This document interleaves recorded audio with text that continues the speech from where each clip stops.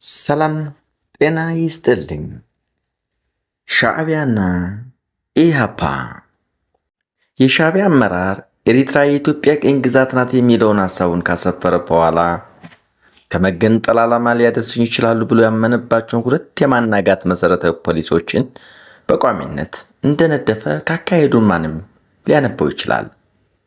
በመሃል ሀገር ለሻዕቢያ የቅኝ ግዛት ንድፈ ሀሳብ እውቅያ የሚሰጠውና በለውጥም ወደ ስልጣን ለመምጣት የእሱን የተሟላ እርዳታ የሚሰጣቸውን አገር አቀፍ የፖለቲካ ድርጅቶች ናቸው የሚባሉትን ማቋቋም፣ ማደራጀት፣ ማሰልጠንና ማስታጠቅ እስኪጠናከሩም የጦር አመራር መስጠት፣ በቅኝ ግዛቱ እውቅያ ለመስጠት የተዘጋጁ ግለሰቦችን በማሰባሰብ በብሔረሰብ ንቅናቄ መልክ አደራጅተው በመሃል ሀገር ውስጥ የእርስ በርስ የብሔረሰብ ጦርነት በመጫር ኢትዮጵያን ማዳከም ናቸው።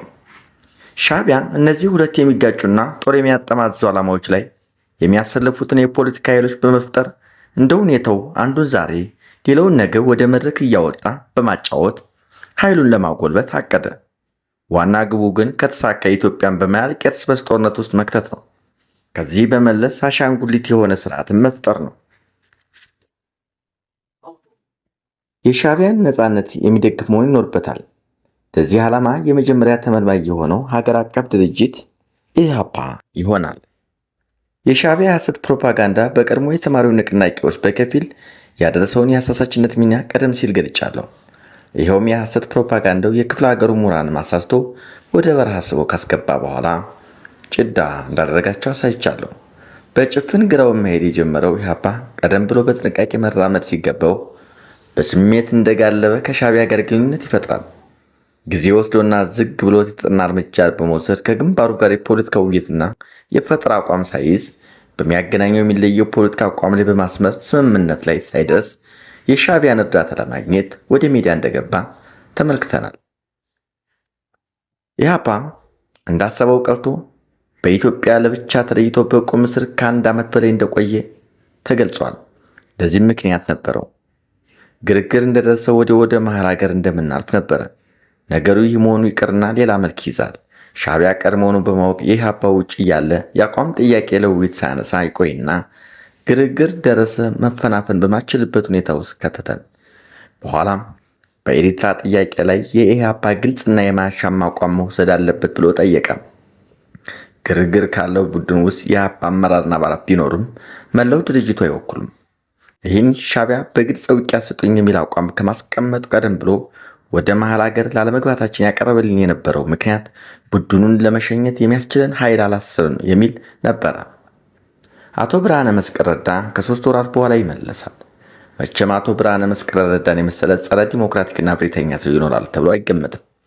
ቢያንስ በራሱ ውሳኔ ለህዝቡ ትግል መገፋት ሲል ህይወቱን ለመስጠት ለተሰለፈ ቡድን ለምን እንደሄደ ሊገልጽ በተገባ ነበር። ይሁንና ይህ ሳይሆን ቀርቶ እሱም ሄዶ እንደገና እንደተመለሰ ለቡድኑ ለምን እንደሄደ ያልተነገረውን ያህል ምን ይዞ እንደተመለሰ ሳይናገር ይቆያል።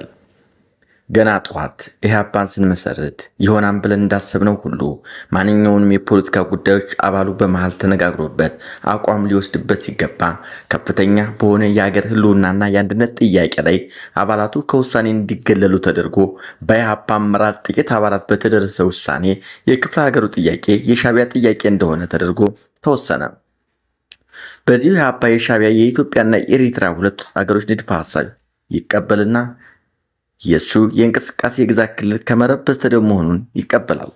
ውጤቱም ሻዕቢያ እንዳቀደው አንድ ለሀገር አቀፍ ትግል የተነሳ ኢሃፓን የመሰለ ስንት ቆራጥ ታጋይ ምሁራን ያሰባሰበ ፓርቲ በሱ ስር የሚንቀሳቀስ ጥገኛ ለማድረግ ተቻለ። ኢሃፓም ከመረብ በመለስ ሊያደርግ ያባሰበው እንቅስቃሴ ሻዕቢያ እንደሚረዳው የውሸት ቃል ይገባለትና ቡድኑም ከቁም እስሩ ተላቆ ወደ መሃል ሀገር ለመግባት እንደሚችል ይነገረዋል።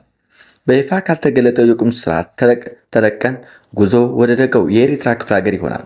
ይህ ሁሉ የሚሆነው የኢትዮጵያ አብዮት ከመፈንዳቱ ቀደም የገባው ቡድን በቁም እስር ተይዞ ቆይቶ አብዮቱ ፈንድቶ ከ1 ዓመት በኋላ ወደ መሃል እንዲገባ የሚለቀቅ መሆኑ ነው። ቡድኑ በግርግር በቁም እስር ላይ ሆኖ የኢትዮጵያን አብዮት መፈንዳትና በተግባር አልባ ሁኔታ ውስጥ መውደቁን በቡድኑ አባል መሃል ከፍተኛ ውጥረትን ፈጠረ። በየካቲት የፈነዳው የኢትዮጵያ አብዮት እያስመዘገበ ከሚሄደው የለውጥ እርምጃ እየተደመረ ቡድኑ መሃል በጠቅላላ በተለይ በእኔና በአቶ ብርሃነ መስቀል መሃል ቅራኔው እየከረረ መጣ ይለናል ተስፋዬ መኮንን። እንዲሁም በየዕለቱ በየሰዓቱ በሚነሳው የየካቲት የለውጥ እርምጃ ላይ ተነርሶ የሚነሳው የክርክር የመስመር ልዩነት እየፈጠረና እየመረረ ሄደ። እብሪተኛው አቶ ብርሃነ መስቀል እንዲሁም በአንድ ወቅት ላይ ከመደበኛ የስብሰባ ፕሮግራም ውጭ በቡድኑ አባላት መካከል የግል ውይይት እንዳይደረግ እስከ ማከላከል ደረሰ። በአብዮቱ አጀማመር ወቅት ጀምሮ የወታደሩ ሚና በሚመለከት አቶ ብርሃነ መስቀል የነበረው አመለካከት የተዛባ ነበረ። በመሆኑም ምንም የጥገና ለውጥ ማምጣት የሚችል ኃይል አይደለም የሚል አቋም ወሰደ። በመጀመሪያው የእንቅስቃሴ አካሄድ ላይ መሬት ላራሹ ተግባራዊ የማያደርግ መንግስት በኢትዮጵያ ዋጋ የለውም የሚል አቋም ያዘ። በኋላ ደርግ ይህን ተግባራዊ ሲያደርግ ደግሞ በአቶ ብርሃነ መስቀል በፓርቲው ደግሞ ኢህአፓ የማይመራው አብዮት የሚል የተሳሳተ ጸረ ህዝብ አመለካከት እየያዘ መምጣቱ በግልጽ ተነበበ። የደርግን የመሬት ላራሹ እርምጃ ተመልሶ ስልጣን ላለመስጠት ሲል ያደረገውን ወደሚል ዘቀጠ።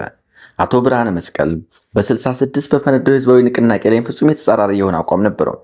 በአመለካከቱ ላይ የመቅደም መንፈስ በመንገሱ ምክንያት የአብዮቱንም ልጆች ሁሉ በጭፍን ማውገዝ መረጠ። በመሆኑም ንዴትና ውድመት ጠነከረ። ስለዚህ የተነሳውን ህዝባዊ ንቅናቄ የወታደሩ ሚና በአንድ ላይ ጨፍልቆ ከመኮንን በላይ ኢህአፓ ካልመራው በቀር አዳሪ ነው ብሎ ወጣ። በመሆኑም ህዝባዊ አይደለም የሚል አቋም ያዘ። በኋላ ኢህአፓ በአቋሙ ያራመደው ሁሉ ግርግር እያለን በአቶ ብርሃነ መስቀል የተጠነሰሰ ንድፈ ሐሳብ ነበር። እኔ የአቶ ብርሃነ መስቀል አቋም ተቃውሞ ቆምኩ። በአቋሚውም የሚካሄደው ህዝባዊ ንቅናቄ በራሱ አነሳሽነት የተነሳ ነውና ሊደገፍ ይገባል። ከዚያም አልፎ እንዳይደናቀፍና እንዲቀጥል ለማድረግ የትግል ስልቶቻችን እየለወጥና አብረን ልንቆም ይገባል። የወታደሩን ንቅናቄ ማየት ያለብን ከዚህ አንጻር መሆን አለበት። የወታደሩን ንቅናቄ ሊገራም ሆነ ሊያጠናክር የሚችለው የተራማጆች የጠነከረና የተባበረ ግፊት ነው። በመሰረቱ ንቅናቄው እኛ ካልመራን አዳሪ ነው ማለት ስህተት ነው። የግዴታ እኛ መምራት የለብንም። የኛ ዓላማ መሆን የነበረበት ማንም ይምረው ማን ለዘረጋናቸው ፕሮግራሞች ተግባራዊ መሆን መታገሉ መሆን ነበረበት። ለዚህ ዓላማ ተግባራዊ መሆን ከማንም ጋር ተባብረን መስራት መቻል ይኖርብናል። ስለዚህም እንደየጊዜው አመችነትና እንደ ትግሉ መለዋወጥ የስልት ለውጦችን እያደረግ መታገል ይጠበቅብን ነበር። ስለዚህ የአፓ ቀደም ብሎ ያቀደውን ታጥቆ የመደራጀትና የማንቃት የትግል ስልት እንደገና ማጥናት ይኖርበታል። ዛሬ መሬቱን የተነጠቀ ፊውዳል ሽፍታ ከገበሬ ጋር በሚዋጋበት ጊዜ የደርግ ጦርም ከገበሬ ጋር ቆሞ የሸፈተውን ፊውዳል ሲዋጋ የአፓ አቋም የት ሊሆን ነው የሚለው ጥያቄ መጠየቅ እንደሚያስፈልግ አስገነዘቡ። ሆኖም ልዩነቱ በዚህ ጉዳይ ላይ ጸንቶ በአቋሚ የደርግ ደጋፊ ሆኖ የታየው ይህ ከሳህል በረሃ የጀመረው የፖለቲካ ልዩነት እየተብላላ ቆይቶ ከሻዕቢያ እስከተለየንበት ጊዜ ድረስ ዘልቆ ይደመጣል። ለሻዕቢያ የኤርትራ ክፍለ ሀገር ምድር ሁለተኛ ሳንረግጥ በኢህአፓ አመራር ቃል ተገብቶለት በሚያዝያ መጨረሻ 1967 ዓ.ም ትግራይ ክፍለ ሀገር አሲምባ በተባለ ተራራ ስር እንደርሳለን። በዚህ የሻዕቢያ ሸኞቻችን በተለያየንበት ቀን ከአንድ የገበሬ መንደር ጎራ ብለን እረፍት ይሆናል። ከዚያ አመሻሽተን ሌሊት ጉዞ እንደጀመር አቶ ብርሃነ መስቀል ከኔ ጋር ለነበረው ቅራኔ በአስቸኳይ መፍትሄ ለመስጠት በማሰብ ይመስላል ግጭት ለመፍጠር ይፈልግና ንትርቅ ይገጥማል። በመሰረቱ ቡድኑ በጉዞ ላይ ያለ ንግግር እንኳን መለወጥ እንደማይቻል እያወቀ ከሰልፉ ሀሳብ ወጣት ካለውበት መስመር መጥቶ ጭቅጭቅ ያነሳል። በዚህ አይነት ሁኔታ ቡድኑ ጉዞውን መቀጠል ስላልቻለ በመንገድ ላይ ባለበት ይቆማል። ሻዕቢያ እና ህወሓት ቀደም ብዬ በሀገር ውስጥ የነበረውን የተማሪ እንቅስቃሴ አጀማመር ባወሳውበት ምዕራፍ ላይ በዩኒቨርሲቲው አካባቢ የተነሳው የትግራይ ልጆች የብሔርተኝነት ስሜት ገልጫለሁ። በዚሁ በ1962 ዓ.ም አካባቢ ላይ ከቲፒኤልኤፍ ጋር የሆነ ግንኙነት መመስረት እንደጀመሩ ማሽተት ተችሎ ነበር። ይሁንና የዚያን ጊዜ አቋማቸው ትግራይን ከኢትዮጵያ ለመገንጠል ሳይሆን የውስጥ መብት ለመቀዳጀት የፈለገ ትክክለኛ የብሔረሰብ ስሜት ያነገበ እንቅስቃሴ እንደነበር ይታወቃል። የኢኤልኤፍ ግንኙነት የተመሰረተው ትግራይን እስኪገነጥሉ ያለመ ስለመሆኑ በውል አይታወቅ እንጂ የውስጥ የብሔረሰብ እንቅስቃሴ በንጉሱ ላይ በማስነሳት ማዕከላዊ መንግስትን የጸረ ኢኤልኤፍ አቋም ለማዳከም ያቀደ መሆኑን ግን አያጠያይቅም። በዚሁ የትግራይ ብሔረሰብ ስሜት ውስጥ የገቡ እንዲሁም ከዩኒቨርሲቲ ውስጥ የነበሩ ጥቂት ብሔረሰብ ልጆች በማሰባሰብ ማህበረ ገስግስቲ ብሔረ ትግራይ ማዕገብ ተብሎ የሚጠራ ድርጅት ወደ 1962 ዓ.ም አካባቢ ላይ ይመሰርታሉ። የድርጅቱ ምስረታና ከኢኤልኤፍ ጋር የነበረው ግንኙነት ከ7 ዓመታት ቀደም ብሎ ኢኤልኤፍን ለተቀላቀለውና በኋላ ለሻዕቢያ ለመሰረተው የና አቶ ኢሳያስ ቡድን ሚስጥር አልነበረም። አቶ ኢሳያስ እንደ ኢትዮጵያ አቆጣጠር በ1969 አካባቢ ከኢኤልኤፍ ከተለየ በኋላ ሻዕቢያን መስርተው ከፍተኛ የሆነ የአስመሳይ ተራማጅ ፕሮፓጋንዳ ይነዛሉ። ይህን የሻዕቢያ አመራር ያስመሳይ ፕሮፓጋንዳ ዘመቻ የፖለቲካ ውጤት ቀደም ሲል በስፋት ገልጫለሁ። ኋላ ላይ በዚህ የሻዕቢያ አስመሳይ ፕሮፓጋንዳ ወጥመድ ውስጥ ከወደቁት መካከል እንደ ኢህአፓ ሁሉ የተማሪው የፖለቲካ ድርጅት የሆነው ማህበር ግስግስቲ ብሔረ ትግራይ ማግበት አንዱ ይሆናል።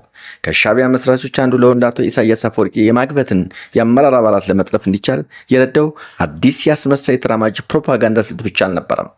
የኢኤልኤፍ መስራቾች ብዙዎች ከቆለው የኢስላም አማንያን ዘንድ የመጡ ፊውዳሎች ከመሆናቸው በላይ እንኳን እንደና አቶ ኢሳያስ በተራማጅ ካባ ለማወናበድ የሚያስችል ችሎታ ሊኖራቸው ይቅርና ለራሳቸው ጭልጥ ያለ አክራሪ የፊውዳል ቃልቾች እንደነበሩ አይዘነጋም። በተጨማሪም ከኤርትራ ቆላ መጥቶ ከዩኒቨርሲቲ በመቀላቀል ከዩኒቨርሲቲው የምሁር አካል ጋር ኤኤልኤፍን የሚያገናኝ ወካይ ያልነበረበት ሁኔታ ነበር። ከዚህ በበለጠ ደግሞ አቶ ኢሳያስን ከማግቦት ጋር ይበልጥ ሊያቀራርበው የቻለው የነበራቸው የቋንቋ የሃይማኖትና የአመለካከት መቀራረብ ብቻ ሳይሆን ብዙዎች የማጉበት አመራር አባላት ከፊሉ ልደታቸው ከሐምሴን የነበሩ ከዚህም በላይ አንዳንዶቹ ደግሞ የአቶ ኢሳያስ የስጋ ዘመዶች መሆናቸው ነው።